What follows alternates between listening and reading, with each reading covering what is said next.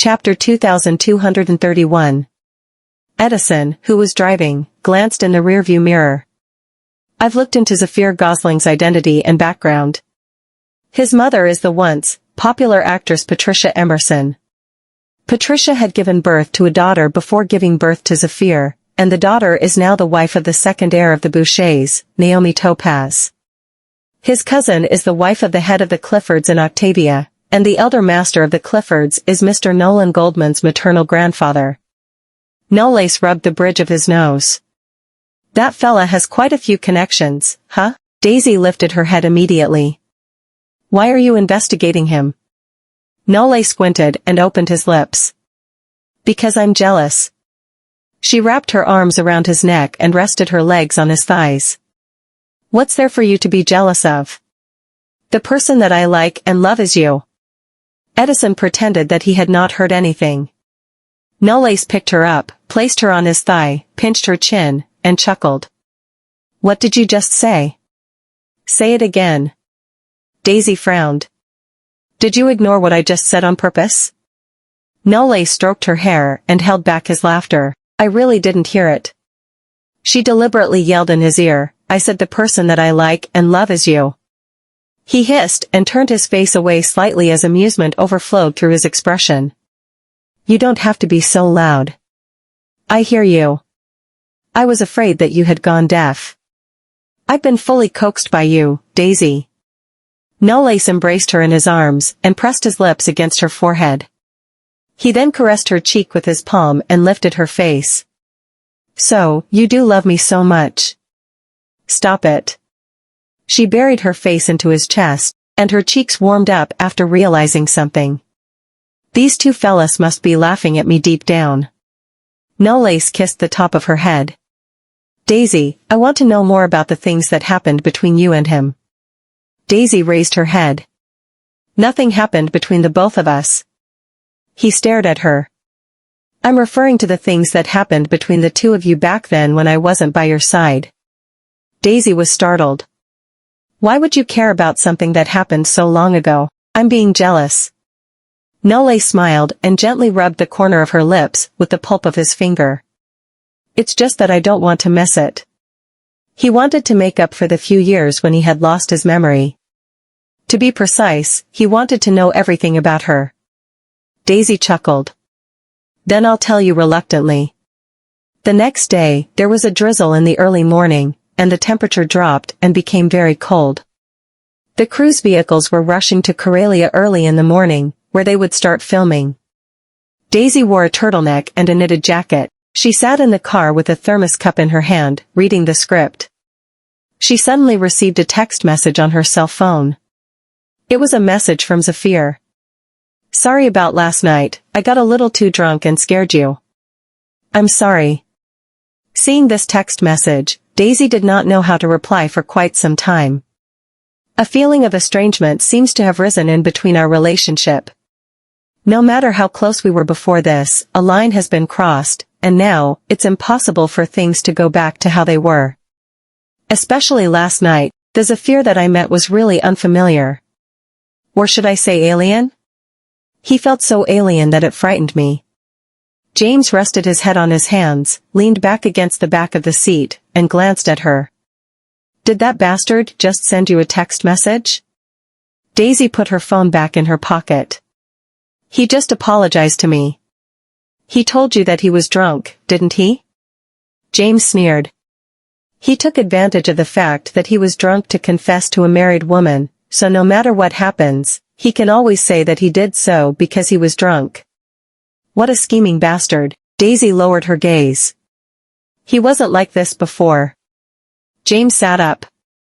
I'll give it to you bluntly. Once a hint of affection appears in the friendship between a man and a woman, it will no longer be an innocent relationship. Daisy turned to look at him. You do know your ways around relationships, huh? Chapter 2232. Of course. James crossed his legs and responded with a hum. After all, not many men can be like me. Even if the woman is someone that I like, I'll stop having any idea about her as long as she has a man. That's just my personal bottom line and principle. She laughed. Just like what you did with Freya? James lay back languidly. I admit, I'm still very unreconciled about that. However, I only lost because of the order of our appearances. If I had known her earlier, Coleman would have never stood a chance. When the cruise vehicle arrived at the Coralia Hotel, Daisy and James got out of the car, got escorted by security into the hotel lobby, and checked themselves into the hotel. Daisy's room was situated right next to James. She stepped into the room with her luggage. Not long after, she heard the doorbell ring. She opened the door, and one of the receptionists was standing outside her room. Miss Vanderbilt, your room should be the penthouse suite. She was startled. But I didn't book myself a suite. The receptionist smiled. Mr. Knowles is the person who made the reservation for you. Daisy was stunned. Knowles? Daisy took the elevator to the top floor and went straight to the suite. The moment she stepped into the room, she saw Knowles talking with Shannon on the couch. Shannon turned his head, saw Daisy, and got up with a smile.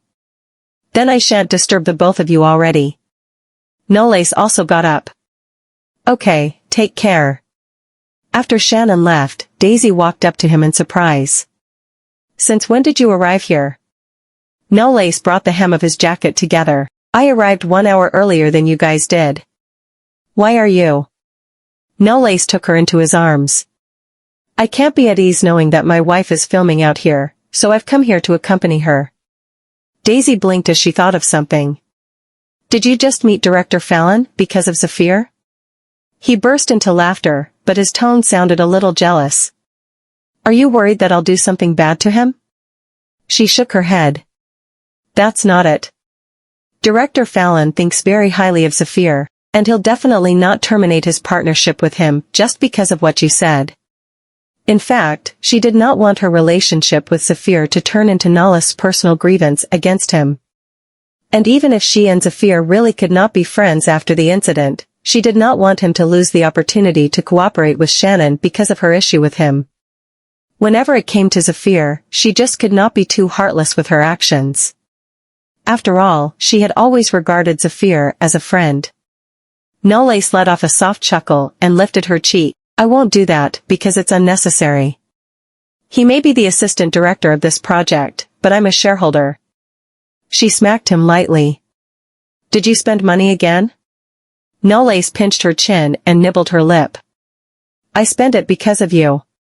Knowles invested $25 million in the production of The Fog and became the largest investor in the project, which shocked the crew. Knowles even appeared at the opening ceremony, accompanying Daisy, which made many people envious. After the opening ceremony, Shannon walked toward Knowles with Zafir.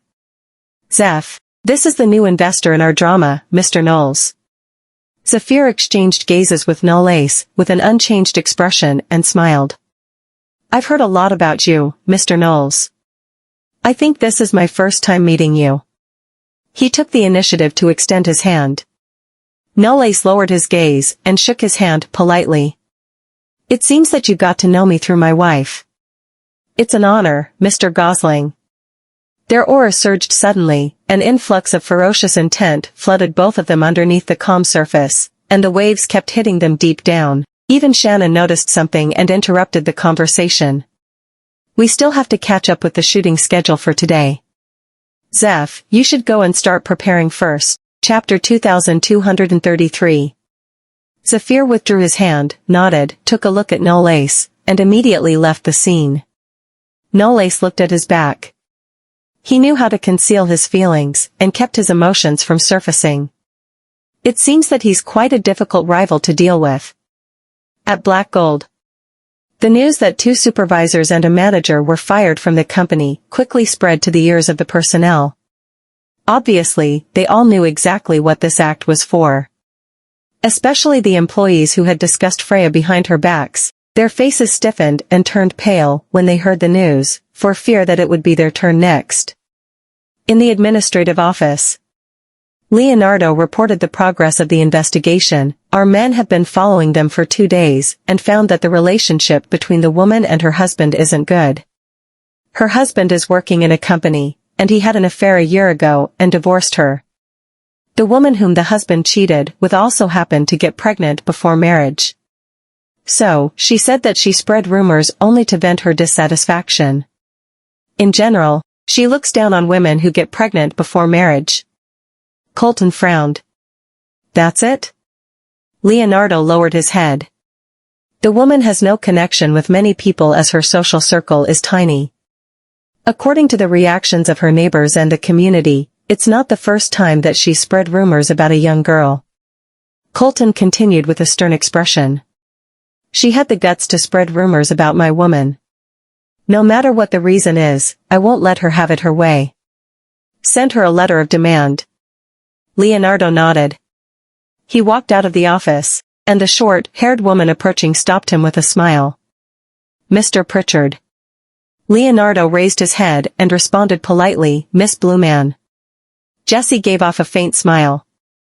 Is Mr. Goldman in the office? It just so happens that there's something that I wish to ask him about. Leonardo knew that she was a psychologist that Colton had hired. Because Colton wanted to know about Dee Dee's situation at any time, he allowed Jessie to come to find him at the administrative office without having to make an appointment. He nodded and said yes. Jessie walked up to the door of the office, knocked on the door, and then pushed the door in. Mr. Goldman. Colton closed the document and nodded. How's Dee Dee doing recently? Jessie lowered her gaze and looked a little embarrassed. Colton frowned. Just give it to me straight. She explained slowly, Dee Dee isn't cooperating very well when it comes to the treatment. She even hurt herself on purpose some time ago. I really feel bad about that. Colton frowned and looked as if he was deep in thought. Jessie raised her gaze and glanced at him. Dee Dee's mental illness is getting more and more serious, and she's been extremely resistant to the treatment. Even if drugs can place her condition under control, it'll only cure the symptoms, but not the root cause. Colton's eyes moved. Is there nothing else you can do? Jessie smiled. I really want to treat her, but the problem is that she doesn't trust me. She seemed to have inadvertently revealed the bite marks on the back of her hand, and the tooth marks were all bleeding. Colton saw the marks. What happened to your hand? She paused for a split second and covered it with her sleeves. It's nothing. This is all normal. Some patients would resist the treatment and react defensively, so getting hurt is sometimes inevitable. He responded with a faint hum. She's still a kid and can't make the right judgment. It's a good thing that you are this understanding. She let off a stiff smile. She's a patient, after all. But I think things will improve if her aunt is willing to come forward. Colton fell silent for a while as he tapped on the table with his fingertips. I see. You should go back first. Jessie nodded, turned around, and left. She left the building, got into the car, looked at the bite mark on the back of her hand, and her gaze became cold. Her phone rang, and she saw the caller ID on the screen and hung up impatiently. Chapter 2234. The phone kept ringing, so Jessie answered irritably, I told you not to contact me ever again. Jessie, I really miss you. Please just allow me to meet you. I promise I'll divorce that woman and marry you. A hint of ruthlessness flashed across Jessie's eyes. I'll let you meet me when you get divorced, for real. I don't want to bear the infamy of being a homewrecker. Jessie hung up the phone, and her expression looked gloomy. He wants to marry me? Just who does he think he is? Pfft, I only fooled around with him because he was willing to spend money on me, yet that bastard actually took it seriously. How ridiculous. Even if I want to get married, I'll only marry into a wealthy family. And the most suitable candidate will be the second son of the Goldmans. Even though he already has a fiancée, as long as he hasn't gotten married and the baby hasn't been born, then I still have a chance. I figured out their relationship during the last 6 months. Dee Dee is a barrier that exists between the both of them, so it'd be best for me to start with that kid. As long as I can make the woman leave and accompany Coleman through the coming days when he feels devastated, I'll come up with ways to make him accept me gradually. At noon, Colton went to the hospital to visit Freya, but she was still sleeping. In the past few months of her pregnancy, she had not put on too much weight but had been extremely lethargic and sleeping a lot. He draped his windbreaker on the back of the chair, moved very lightly, sat on the edge of the bed carefully, and stared at her. He reached out, brushed the strands of hair off her cheek with his fingertips, and tucked them behind her ear. However, her sleep was very shallow, so shallow that she woke up when he touched her. Freya opened her eyes and met his gaze. "You've come." Colton sat by the bed and glanced at her. "Yeah, I've come to see how you sleep like a pig." Freya sat up slowly. "Who are you referring to that sleeps like a pig?" He pointed to her bulging belly. "Him, he must be sleeping like a pig." Freya was amused, but suddenly hissed out of pain. He became nervous instantly. "What's the matter? Does your stomach hurt?" Freya was surprised. "He kicked me." It was the first time that she clearly felt the baby moving so vigorously. It turned out that getting to feel the tiny life form moving in her womb was such a miraculous thing. Colton caressed her stomach, placed his ears against it, and listened carefully. "Really? Let me listen." Seemingly feeling it, Colton felt a little overwhelmed. He really moved. Can he really hear me?" Freya lowered her gaze and smiled. "Are you dumb?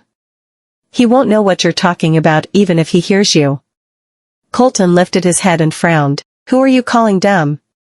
She replied, "You." He placed his palm on the back of her head and sealed her lips with a kiss. "I dare you to say it again." Freya propped her hands against his chest and turned her face away. "Don't push your luck." Colton unbuttoned her first button with his mouth. "Then I'll show you what would happen if I were to push my luck." She held back and complained softly, "You won't even spare a pregnant woman." He laughed. A thin layer of sweat perspired on his forehead and rolled down the bridge of his nose. "That's your fault too." Afterward, Colton tidied everything in the room for her. She was still infuriated about what happened earlier. Her cheeks looked flushed, and the embarrassment lingered as she looked more beautiful and vivid than usual. At least she was lively, not like a soulless puppet. He lowered his head and kissed her. "I'll bring Deedee back to your side when you get discharged from the hospital." Freya was stunned, and her eyelashes twitched. "Why would you?" Colton brushed the lock of hair hanging over her forehead. "She's rejecting the treatments given to her, and I think it's because you're not there. If you're by her side, at least she'll listen to you." Freya pursed her lips. "Colton, do you really think it's Deedee's problem?" Chapter 2235. Colton paused for a few seconds and asked, "Why would you ask so?" Freya's eyes dimmed. "Do you really believe in Dr. Blue Man?" Colton stared at her and seemed to capture a trace of emotion from her gaze. He gave off a smile and stroked her cheek. "What are you thinking about?" "I believe in her only because of her profession." After saying that, he was stunned. Was I explaining myself just now? I believe in you." Freya suddenly responded and paused for a split second. "Colton, I believe in you. Perhaps it's just me overthinking things. After all, judging from Deedee's current situation, I can't really doubt Jessie without any evidence other than someone else's one-sided statement." 2 days later, Colton fetched Freya back to the Seaview Villa and also picked Deedee up while they were on the way back. Deedee had become even more taciturn than before and did not talk much. After returning to the villa, she had been staying in the room. Freya and Colton came to Deedee's room, and she knocked on the door. "Deedee, Aunt Freya is coming in." She then pushed open the door and walked in. But Colton did not enter the room. Deedee did not trust him, so presumably, she would not say anything if he was there. Deedee sat on the bed with her legs bent and was indifferent toward Freya's appearance and approach. Freya sat on the edge of the bed and asked softly, "Deedee, can you talk to Aunt Freya?" Deedee's eyes moved, but she still did not utter a single word. Freya stroked her hair. "Deedee, I know what you're afraid of. You're afraid that I'll abandon you. But I won't do so. I didn't say that I'll stop loving you anymore after giving birth to a baby, did I? You'll forever be my Deedee, and there will always only be one Deedee in this world. Deedee raised her head cautiously. Her eyes seemed to have lost their luster. Auntie Freya, I don't want to see Dr. Blueman anymore. She was startled. What's wrong? Deedee sobbed. I don't want to take medicine. I'm not sick, so why should I take medicine? Those pills are very bitter, and I can't sleep after taking them. I even have bad dreams. I don't want to take medicine anymore. Freya held her in her arms in distress and remained silent for a while. Deedee, can you show me the medicine that Dr. Blueman gave you? I don't have the medicine. Dr. Blueman takes them away after I take them. I sometimes spit them out secretly. When I take medicine, my head hurts. Auntie Freya, I don't want to see Dr. Blueman. For the first time, Deedee was afraid of taking medicine, and her gaze looked empty. Okay, if you don't want to take medicine, then don't take them. You won't have to take any of them in the future.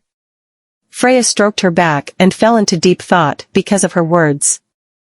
Deedee's condition has worsened compared to before. If those pills were really helping her, she wouldn't be so terrified. In any case, even if it's a genuine treatment, I have to know what medicine Jessie is giving Deedee. After calming Deedee's emotions, Freya walked out of the room and past the study. She stopped outside the study while Colton was standing in the study and making a phone call. The person he called was Jessie. I brought Deedee back. You can come over and visit her whenever you're free. My wife is by her side, so she should be more cooperative. He ended the call, noticed that someone was at the door, and turned his head. How's she doing? Freya came back to her senses. She's fallen asleep. Colton put down the phone and walked toward her. When Dr. Blueman comes over tomorrow, you can work together with her next to Deedee. With you around, I think Deedee won't resist her that much. Freya lowered her gaze and said nothing. Colton lifted her head. What's wrong? Chapter 2236. Freya rested her forehead on Colton's chest and leaned against him. Colton was startled, noticed her tense body, and stretched out his hand to hug her. What's the matter? Can we find another psychologist for Deedee? She hesitated for a long time before she spoke. Even though Deedee's condition is serious, what could have gone wrong when a psychologist can't even start to lead her in the right direction after half a year and might even have made her condition worse? And it's impossible for Deedee to reject treatment and medicine for no reason. After listening to Deedee's sequelae after taking medicine, insomnia, headaches, and nightmares, Freya could not help but think of what Deedee had said when she hurt herself 6 months ago.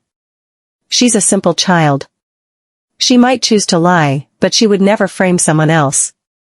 When others ask her to do something, she'll just do it. She won't take any other things into consideration because her thoughts are just that simple. How could she have come up with that action without any external factor, influence, or even instigation? Colton squinted slightly. Do you think Deedee is seriously ill because of the doctor? Freya was stunned and took a deep breath. What if I do? Do you think it's the doctor's responsibility that a person with mental issues rejects the treatment? Her condition has gone on for more than half a year, and she's still rejecting her doctor's treatment. She even bit her doctor. Do you really think that the child doesn't need a psychologist and can recover by herself? Freya looked at him as a hint of shock flashed across the bottom of her eyes. So do you think it's Deedee's problem too? Colton almost lost his cool. Isn't it? She pursed her lips and said nothing. Deedee has mental issues, I can't deny that. However, in Colton's eyes, Deedee is just a kid who refuses to cooperate with the treatment, and the deterioration in her condition is never because of the doctor, but because of Deedee herself. Perhaps the things Deedee did back then have caused her to no longer be worthy of his trust. So, Deedee's resistance against the treatments is only because she doesn't want to cooperate and doesn't want to be cured. There's no other reason. Colton calmed down and clasped her shoulders with both hands. Freya, I know you're worried about her, but what we have to do now is to get her to receive treatment and not let her be. You, for one, should know best what the consequences will be if her condition isn't taken seriously. Freya gave off a faint smile. She's not related to you, so it's only natural for you not to look into the root cause. She turned around and was about to leave the study. Colton grabbed her arm, walked around her, and stopped in front of her. Why are you making a fuss out of this matter again? I'm not making a fuss. Freya lifted her head and looked extremely calm. Colton, you think I only care about Dee Dee. That's because Dee Dee has been by my side since she was a baby, and to her, I'm her only relative. It makes me feel guilty that she became who she is today. That's because I didn't fulfill my duty as her guardian, and you can't understand my feelings. The rumors that are going around town are nothing to me, but Dee Dee, she got implicated because of me. If something were to happen to her, I'd live in guilt and pain for the rest of my life. She's not my daughter, but still, we're related by blood. Since we left the Pruitts, I've been the only person she could depend on. However, I actually thought of sending her away so that I could be with you when she needs me the most. You keep saying that I don't care about your feelings, but who's ever cared about my feelings? Freya vented all the emotions that had been accumulating within her, and the emotional breakdown came to an abrupt end in his embrace. Colton hugged her tightly, and after calming her down, his voice sounded hoarse. I'm sorry. Freya bit his shoulder ferociously. He groaned but endured silently and did not let go. Freya finally loosened her jaw and hugged him. Colton, it's not that I've never felt regret. If you hadn't kissed me 3 years ago, I might have been able to keep my feelings for you under control. You keep on saying that I'm the one who provoked you at first, but how does that not make you the one who took the initiative to provoke me first? Maybe us being together has always been a mistake from the very beginning. Chapter 2237. Colton lifted her cheek, rubbed her warm tears away, and kissed her. Even if it's a mistake, we can only dash to the end of things with this mistake. Freya Pruitt, I don't have the habit of changing wives, so I won't allow you to change either. After Freya calmed down and fell asleep, Colton summoned a family doctor to the villa to examine her. When the doctor came out of the room, he said, Mr. Goldman, as a husband, don't let your pregnant wife's mood fluctuate too much. You have to divert her attention. Excessive negativity and emotional ups and downs in pregnant women can easily lead to postpartum depression. Colton could not help but clench his fists, but he then loosened them and nodded. Okay, understood. After the doctor left, Colton looked toward the bedroom, and he suddenly thought of what Waylon had said to him, that Dee Dee was not an obstacle between them because Dee Dee had existed way before his appearance. Since I've chosen to accept, Dee Dee should never be the factor that separates us. He covered his forehead with his hand. Maybe it's time for me to revisit this matter. The next day, Jessie came to the Seaview Villa, and the maid welcomed her and entertained her for a bit downstairs. Freya came downstairs and looked at the woman sitting in the living room. The woman had short hair, wore a white turtleneck sweater and a black leather skirt, and the makeup on her face looked extremely delicate too. The maid walked to Freya's side and was about to introduce their guest to her when she interrupted with a smile. I know, she's Dr. Blueman. Jessie got up, walked up to Freya, took a closer look at her, and smiled. Miss Pruitt, I'm here to treat Dee Dee. Can you bring me to her? Freya was indifferent. The maid smiled and offered to help. Dr. Blueman, I'll take you there. Jessie nodded, took a glance at Freya, and followed the maid upstairs. When she came to Dee Dee's room, Dee Dee's expression changed instantly as soon as she saw that it was her, and she hid underneath her blanket immediately. The maid was embarrassed and did not know what to say for a while. Freya had already been standing at the door since some point in time before this. You can leave us for now, she said to the maid. The maid nodded. Okay. Jessie sat beside the bed and gently pulled the blanket.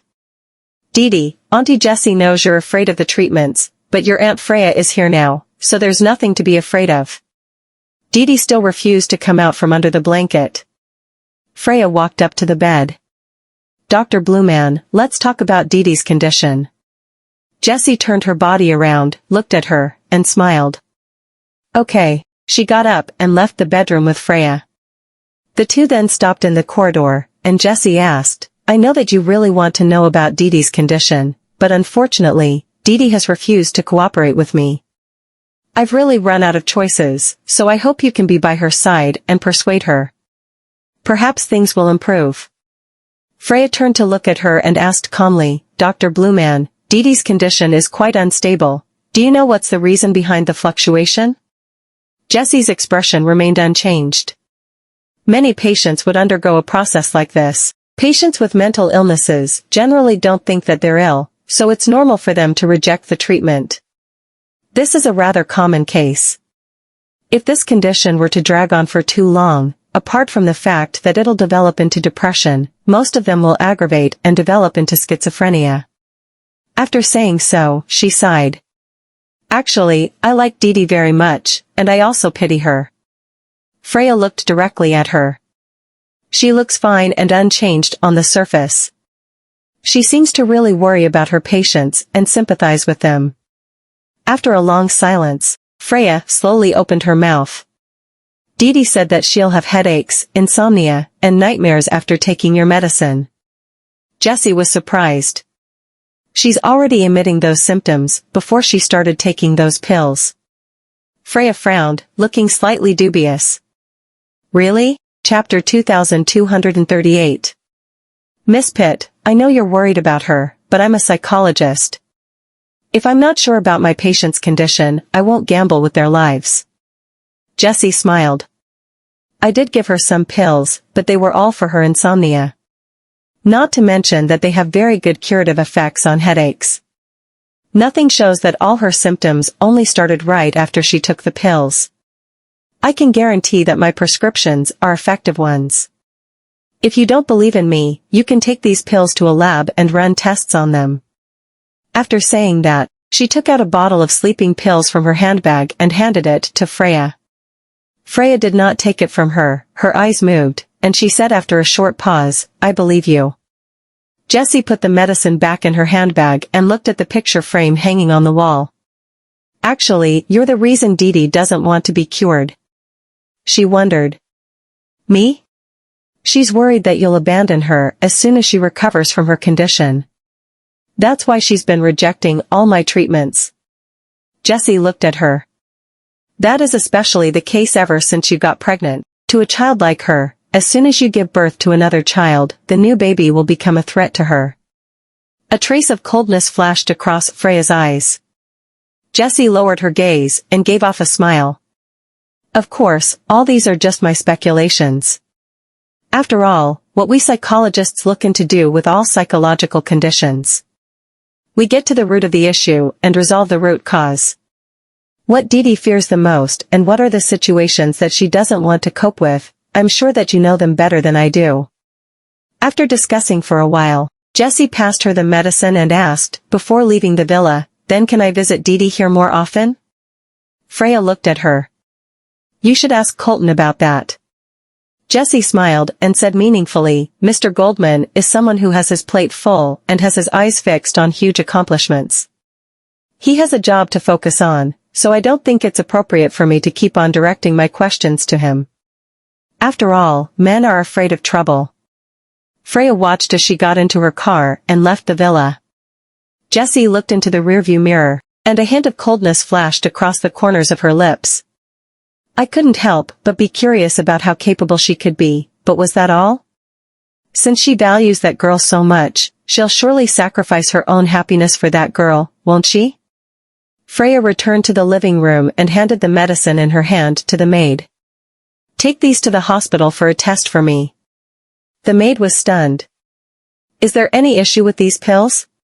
"Whether there's a problem or not, we'll know after the tests." I don't trust her. All her words seem to be hiding a very strong ulterior motive. It's not difficult to locate her flaws. No psychologist would openly push such a responsibility onto the family members of their young patient when they show unwillingness to accept treatment.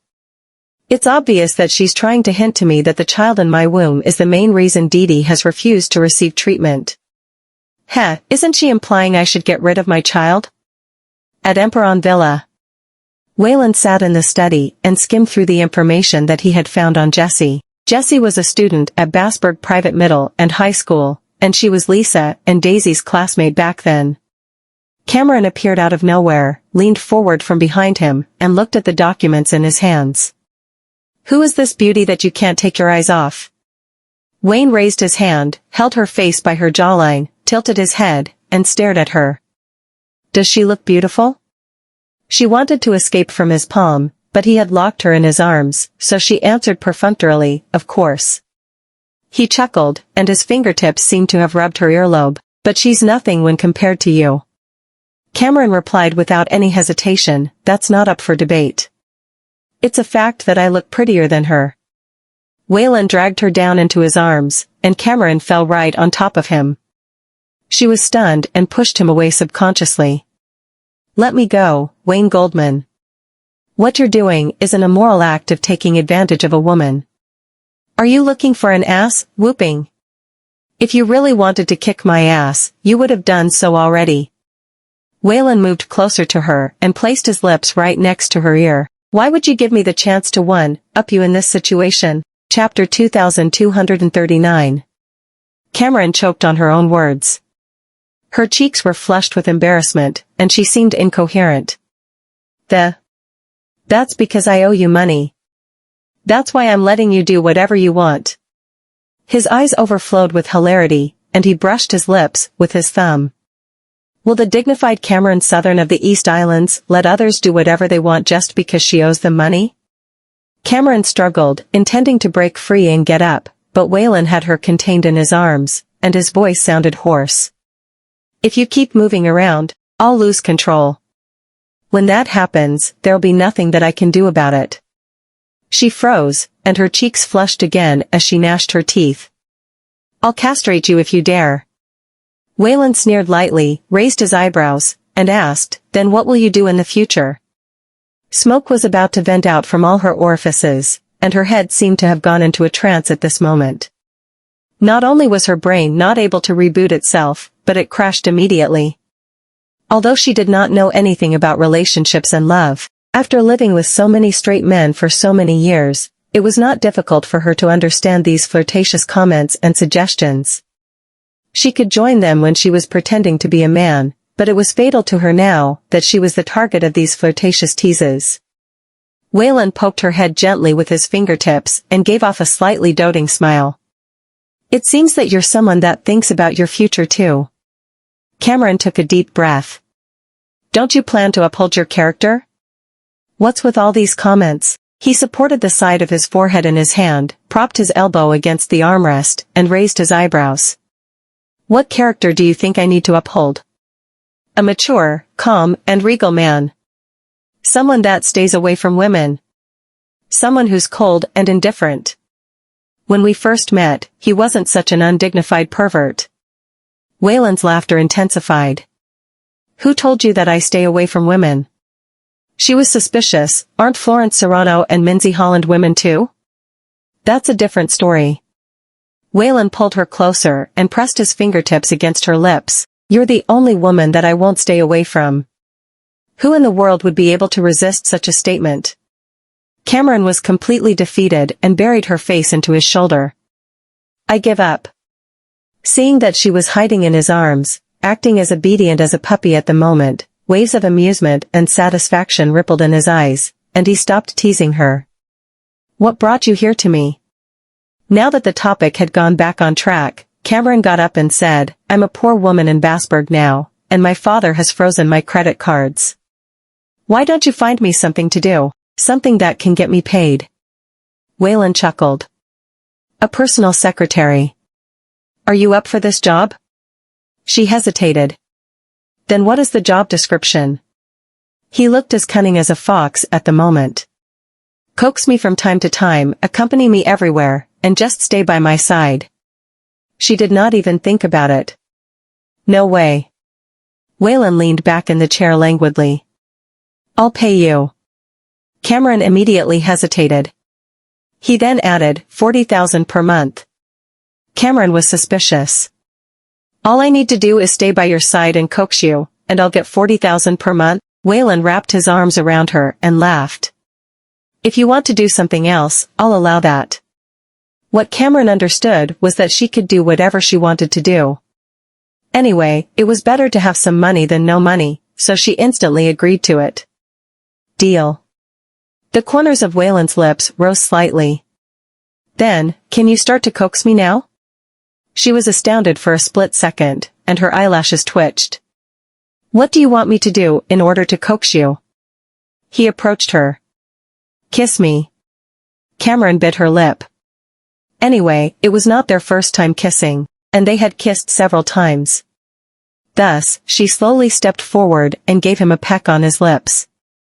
Just as she was about to withdraw her face from his, Waylon pressed the back of her head, squeezed her chin, and the kiss intensified in the blink of an eye as if he was about to swallow her whole. In the evening, when Colton returned to the Seaview Villa, he listened to a maid's report of what happened earlier today, including the fact that Freya asked someone to run a test on the pills. He did not utter a single word, draped his coat over his elbow, and went upstairs. Freya just came out of Didi's room and encountered him in the corridor. She stopped in place and waited for him to come up. Chapter 2240. Colton put his coat on her shoulders. Freya was stunned for a bit and looked up at him. He covered her in his coat. The weather has changed a lot recently, and you're still wearing such thin clothing. Aren't you afraid of catching a cold? Freya's gaze shifted away. Miss Blueman came here today. He responded with a light hum. I know. He stretched his arms around her shoulders and went back to the master bedroom with her. The moment they entered through the door, Freya grabbed him by his arm. Don't you have anything to ask me? Colton covered the back of her hand and turned to look at her. Whenever you do something, you must have your own reasons. Why would you think that I'd question you about this? Freya lowered her gaze. I'm sorry. Colton took her into his arms. Don't make yourself feel upset, and if you're upset about something, just come at me. He had always kept the doctor's suggestion not to provoke her emotions too much, not to mention that he did not care much about such a trivial matter where she wanted to run a test on Didi's medicine because of her doubts. She could run as many tests as she wanted to. She leaned into his arms and called him softly, Colton. He responded with an inquisitive hum. Freya did not look up at him. I'm sleepy already. Can you accompany me to bed? Colton paused for a short moment, then picked her up horizontally and laughed out loud. You're so heavy. Freya leaned against his shoulder. It's your son who's heavy. He placed her on the bed and took off her shoes for her. Yes, after all, I am carrying two people. Colton helped her lay down beside her, and held her hand. Okay, now go to sleep. Freya closed her eyes and felt his gentle breathing and body temperature, and drowsiness gradually poured in. The next thing she knew, it was already 8 p.m. when she woke up. After she woke up, she did not see Colton until she went downstairs and saw a figure in the kitchen. Freya walked to the dining table and sat down. Colton heard the movement and looked back at the table. You've woken up? She nodded. I'm hungry. He brought some food that he had prepared to the table.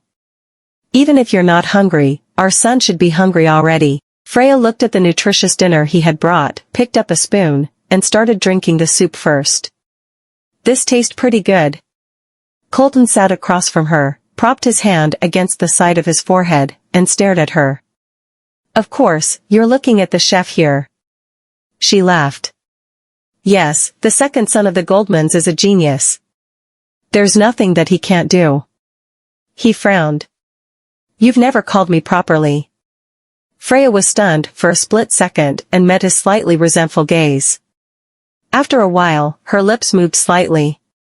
Cole? He was not satisfied. Is this it? She smiled. Collie? Colton was rendered speechless.